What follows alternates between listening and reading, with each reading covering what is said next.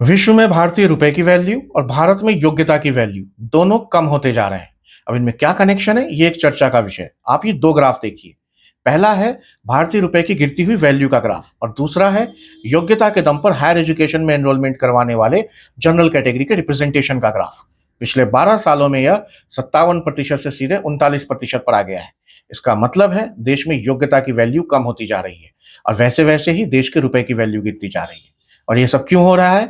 समानता के नाम पर। और समानता फिर भी नहीं आ रही है। पिछले 12 सालों में लगभग 1,63,00,000 एनरोलमेंट बढ़े हैं, लेकिन वो बढ़ोतरी उसमें से 95 लाख सिर्फ ओबीसी के हिस्से में है। यह बढ़ोतरी एसटी के हिस्से में सिर्फ 16 लाख की है, जनरल कैटेगरी के हिस्से में सिर्फ 15 लाख की है, एससी के हिस्से में सिर्फ 37 लाख की है। सारा जो इंक्रीमेंट है वो ओबीसी के हिस्से में गया है। और इस देश में जातिगत भेदभाव कौन करता है, यह भी आजकल के केसेस से मालूम पड़ जाता है। यानी जनरल कैटेगरी और ब्राह्मण यूं ही बदनाम हो रहा है, एसटी एससी का उत्थान भी नहीं हो रहा है, रुपए की वैल्यू भी गिरती जा रही है, एक वर्ग का कब्जा भी होता जा रहा है और योग्यता की वैल्यू भी गिर गई है। अब इस पर चर्चा होने की जरूरत है, क्योंकि अयोग्य लोग अगर इस देश के हायर पोजीशंस पर बैठेंगे तो देश ऐसे ही पिछड़ता चला जाएगा।